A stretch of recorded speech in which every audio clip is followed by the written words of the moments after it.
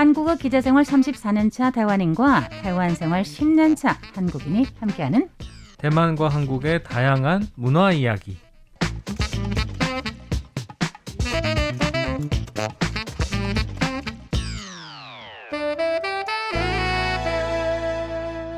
안녕하세요. 타이베이 토크 백점이 노혁이입니다. 네, 오늘은 마침 2월의 마지막 날 2월 28일 228이라고 하죠, 우리가. 네. 네, 228은 평화기념일이기도 한데요. 평화기념일이라고 정한 거는 228 사건이 발생한 게 1947년이거든요. 그러면은 1947년부터 생각하면은 50년 후면은 1997년이죠. 네. 1997년에는 228이 평화기념일 해서 국정공휴일이 됐습니다. 네. 이보다 2년 앞에 1995년도에 처음으로 이날을 평화기념일로 기념을 한다라고 정했습니다. 그래서 우리가 거의 반세기 지난 후에서야 이 일을 다시 끄집어냈다고 할 수 있겠는데요. 알고 보니까 한국도 228이 있습니다. 그죠? 네. 그리고 타이완의 228을 오래전에 허우샤오셴 감독의 비정성시를 보셨다면은 아, 이게 바로 대만의 228이구나 아시는 분도 계실 것 같은데요. 노 작가님, 네. 타이완의 228에 대해서 가장 먼저 접촉한 거는 뭡니까? 말씀하신 대로 이제 비정성 씨라는 영화 때문인데요. 네. 대만에서 가장 좋아하는 곳 중에 하나가 지우펀이고 네. 지우펀에 대해서 찾다 보니까 이제 89년에 만들었던 비정성 씨에 대한 이야기가 나오고 네. 또 얼마 전에도 마침 양조위 네. 배우가 대만에 왔다는 소식을 뉴스에서 맞아요. 만났어요. 네. 그게 벌써 이제 89년에 비정성 씨가 만들어졌으니까 이제 34년째 됐나요? 네. 네. 오래됐는데도 조명을 받고 있는 영화라 한국에서는 90년도에 이게 개봉을 하면서 네. 한국 분들도 이제 228이라는 게 저런 거구나 많이 아시게 됐죠. 네. 그런데 그 영화를 보면서 다들 양조위한테 반해서 양조위만 보인다고 하는데요. 왜냐면 홍콩 사람이잖아요. 그렇죠. 하지만 그 영화는요. 네. 대만말 해야 돼요. 네네. 노 작가님도 여기 계시지만 대만말 못 하시잖아요. 그렇죠. 사실 만다린도 잘 못 하시잖아요. 네네네. 그렇기 때문에 현지 언어를 써야 되는데 양조위는 아무리 노력을 해도 그건 불가능해요. 우리가 네. 그 양조위가 정말 인상적이었던 거는 주인공이면서 말을 못하는 이제 사진가로 나오잖아요. 그렇죠. 사진사로. 네. 그러면서 그 말을 하나도 안 하고 눈빛만으로 연기를 하는데 와 굉장하다. 그렇죠. 네. 이게 바로 정말 대단한 연기자라고 할 수 그렇죠. 있는데요. 왜냐면 말 한마디도 안 한다. 이게 보통 일이 아니에요. 그런데 그거 가지고도 이길 수 있다. 네. 89년도에 비정성 씨를 만들었을 때 영화가 일단 굉장히 인상적이었던 거는 이제 양조위 배우 역할을 했던 그 역은 4형제 중에 막내잖아요. 네. 그 4형제가 모두 228을 중심으로 이제 사건에 휘말리면서 이제 그 한 가족이 몰락하는 모습이었는데 228과 관련된 비정성시 타이완에서는 최초의 228 관련 영화였었어요. 네. 그 비정성시에 나오는 곳이 바로 주펀이잖아요. 네네. 성평시원 승평희원이라고 해서 거기 극장이 있어요. 맞아요. 지금도 네. 그 극장이 있잖아요. 네네. 그래서 아직까지도 많은 사람들이 거기를 찾아가기는 하는데 우선은 우리가 한국의 228을 한번 듣고 싶은데 한국의 228 그러면은 네. 대구입니다. 그렇죠. 한국의 43 그러면은 제주도 등등 이렇게 숫자로 얘기하는 게 있고 제가 또 많이 들어본 거는 예를 들어서 4.19 네네. 혁명, 네. 5.16 쿠데타, 또 89년 6월 항쟁 뭐 등등 네네네. 이런 네. 명사들이 있긴 한데요. 네네. 생생 살아나는 것 같아요. 네. 자 그러면 한국의 228 무엇입니까? 한국의 228은 한국의 정부 수립 이후에 최초의 민주화 운동이라고 볼 수 있는데요.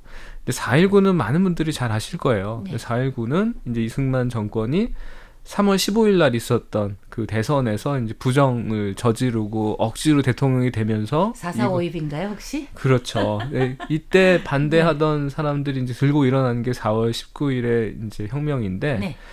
바로 그 3월 15일에 대선을 앞두고 네.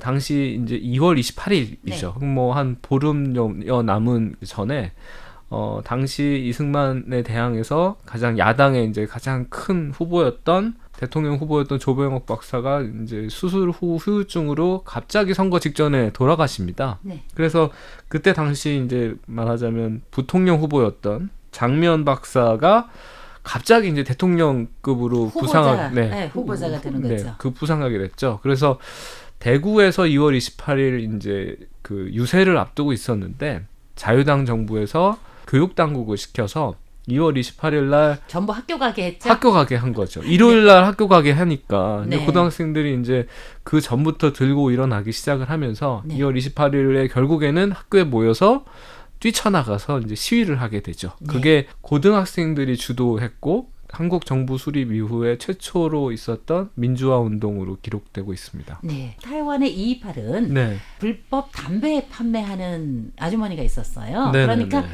그 당시는 그러겠죠. 한국도 전매라는 게 있잖아요. 그렇죠. 자기 자신이 내가 뭘 만들어서 못 파는 게 있는데 네네. 담배도 옛날에는 그랬었어요. 그래서 그 당시 어떤 아주머니가 못 팔게 하는 걸 갖다 나와서 막 파는 거예요. 네네네. 이렇게 파니까 단속원들이 있어요. 또 단속원들이 다니면서 이러면 안 된다 해서 두 사람이 같이 이제 단속원이 두 사람인데 그 중에 한 사람이 몸싸움을 하게 된 거죠. 이거 네, 뺏으려고. 그렇다 네. 보니까 들고 있는 그 소총이 있습니다. 그걸로 이렇게 딱 이 사람의 머리를 후려치게 된 거예요.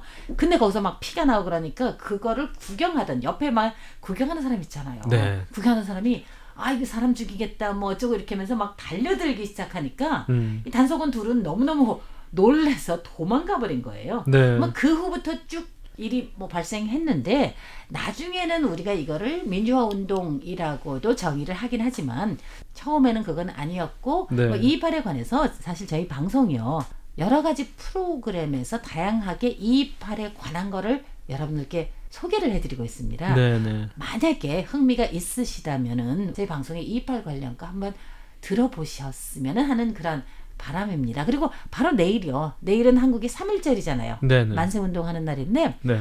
바로 내일입니다. 우리 안우산 아나운서가 한국의 진실, 화해, 과거사 관련 위원회가 있죠. 네.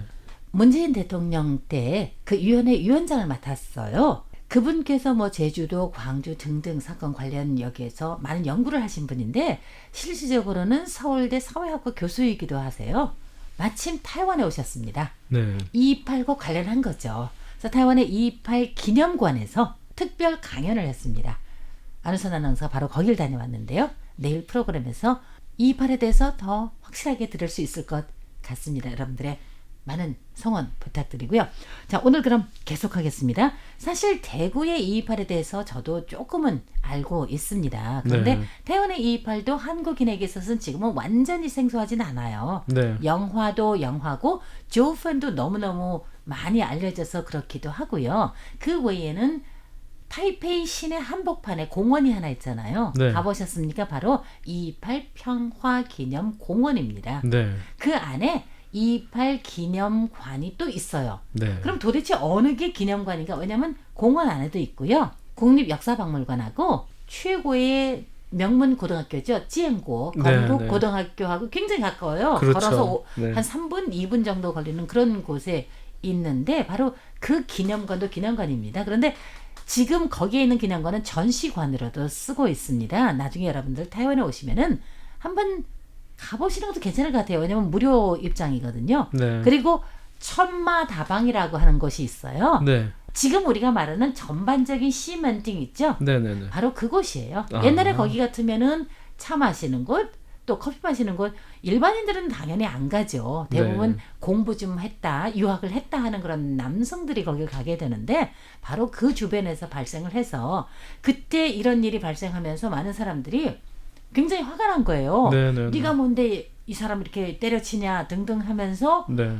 지금의 228 공원이라고 하는 곳이 바로 옛날에는 타이페이 공원이었습니다. 네. 타이페이 공원 내에 방송국이 있어요. 아, 그랬군요. 바로 그 방송국에 쳐들어가서 네. 마이크를 잡은 거죠. 네. 그러면서 타이페이에서 이런 일이 발생했는데 여러분들 일어납시다 해서 이게 타이페이시만 한 게 아니라 타이완의 전역에 다 퍼진 거예요. 아, 그렇군요. 그래서 228과 네. 관련해서 라디오 방송국의 중요성도 또 한번 부각시키는 듯한 그런 느낌이 들었습니다. 오늘 답이더고 여기서 끝마치겠습니다. 진행의 노혁이 백조였습니다. 여러분 감사합니다. 감사합니다.